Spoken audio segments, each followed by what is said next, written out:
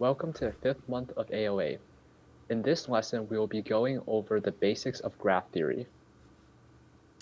Here is an overview of what we will be covering today. Feel free to pause here. So what is a graph exactly? A graph is just an abstract data type in computer science that represents nonlinear relationships. There are two main components that make a graph, nodes and edges. Nodes are sometimes called vertices, and they just represent some sort of entity. Edges connect nodes together, and they're sometimes also called arcs. A special type of edge is a loop. A loop connects a node to itself. The reason why we use graphs in CS is because they can represent many real-world relationships. For instance, friend groups on a social media platform, different websites on the internet, or possibly transportation routes. A special property a graph can have is weight. A weighted graph simply has numerical values associated with each edge. So you see how in this graph, the edge from E to A has a weight of 7, the edge from B to A has 10, so on and so forth. The reason why weights are really useful is because maybe if we're trying to model something like transportation in the real world, we can give a graph a weight to refer to the amount of time it would take to cross that path or the amount of resources needed to perform a certain task. Another property that graphs can have is directionality. So you see how in this graph on this slide, there's a certain direction that the edges point to. For instance, 1 points to 2 and 1 points to 3. 3 points to 2, but not the other way around. So an undirected graph allows for traversal in both directions. So for instance, if the graph that we see here is an undirected graph, 1 could go to 2 and 2 could go to 1. However, this graph here is directed, meaning 1 can go to 2, but it's a one-way relationship. If we were to actually implement this, if we were to set up our graph, we would have add edge, node 1 and node 2. So there's a path from 1 to 2, but not the other way around. On the other hand, if we were to make an undirected graph, we would explicitly make both edges. The next topic that we'll be talking about is cycles. The formal definition is a non-empty trail in which only the first and last vertices are equal. But what does that actually mean? Well, if you look at a cycle, you'll realize it's essentially just a loop. It means that you start and end in the same position, but you can't visit any nodes more than one time except obviously for the start and end node. So if you look at some examples here, obviously these won't be the whole graph most of the time, but you can see for the first graph on the left, ABC back to A is one example of a cycle, and so is BCA back to B. So cycles can pop up in graphs, and oftentimes you'll want to know if a cycle exists because it's convenient to know if you start from a given location if you can go back.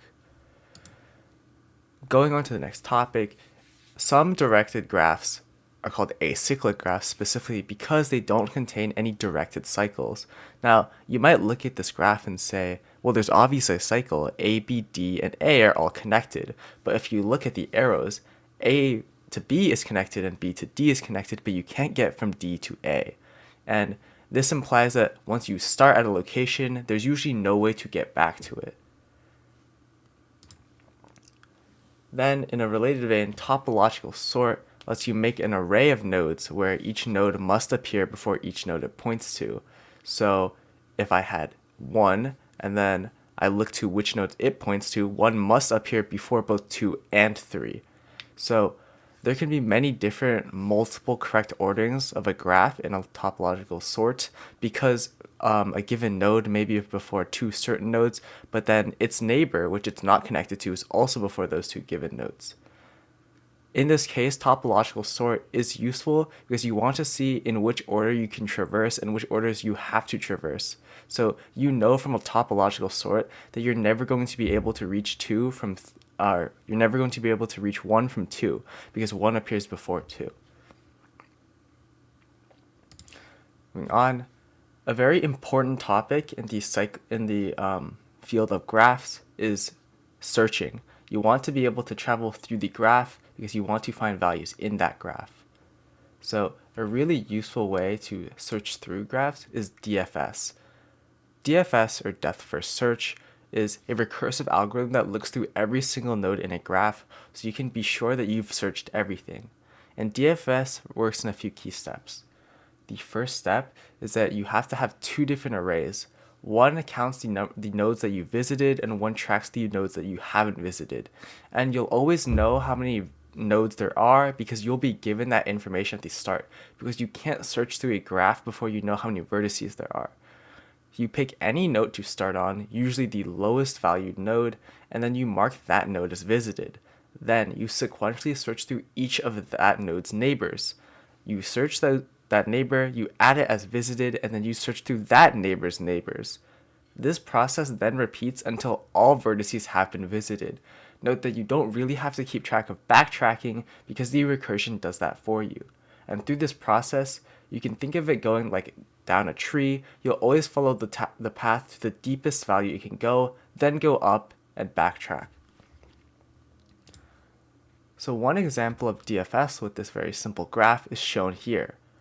At the top left, you can see at the very beginning, no nodes are visited. Then, on the top right, we visit the node 0. Then, you put onto the stack the neighboring nodes of 0, which in this case are 1, 2, 3. We'll be sorting through these nodes in increasing order, meaning that in the next step, in the middle left, we'll visit node 1. After you visit node 1, you mark 1 as visited, take it off the stack, and you insert onto the stack any neighbors of 1 which already aren't on the stack. In this case, the only neighbor of 1 is 2, but we already have 2 on the stack, so we don't have to add it again. Then we visit 2 because that's the next on the stack. When we go look at the neighbors of 2, well, the neighbors of 2 are 4 and 0, but we've already visited 0, so we only add 4. The reason that we then visit 4 before 3 is because we're doing a depth first search, meaning that we want to continue down this one path as far as possible before backtracking. If we were doing other algorithms such as breadth first search, then we look at 3 first. But in this case, we add 4 to the visited section, and we remove it from the stack, meaning that we only leave 3 as a possible option. Finally, we visit 3, meaning our search order here is 0, 1, 2, 4, and 3. Earlier I mentioned cycles, and we can utilize DFS to find a cycle relatively easily. Working with the same algorithm, all we need to do is have a new variable and call it something like parent. Then, for every node you visit, you can update that accordingly, noting the parent of that node. The parent is just the previous node visited that isn't part of this new cycle. Think if 1 has neighbors 2, 3, and 4, 1 is the parent of nodes 2, 3, and 4. If for any node there exists another node which is visited and is not a parent, you've detected a cycle. That's because you know you've been there before and you connect to it, but it isn't a parent, meaning you're not just forming a back and forth relationship.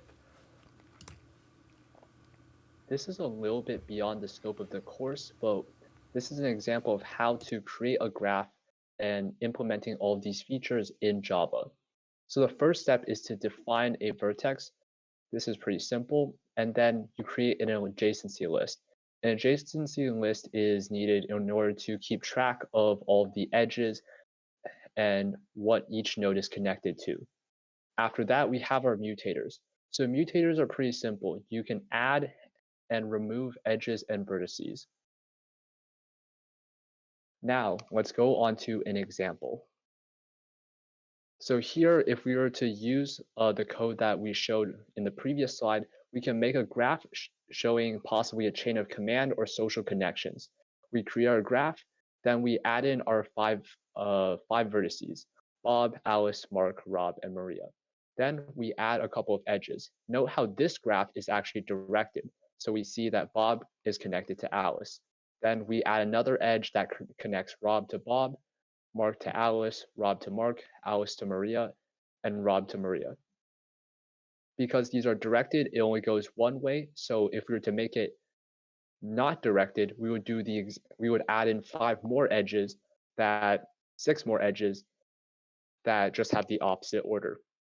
That's all for today's lesson. Stay tuned for next month when we will be going more into graph theory, applications, and more algorithms.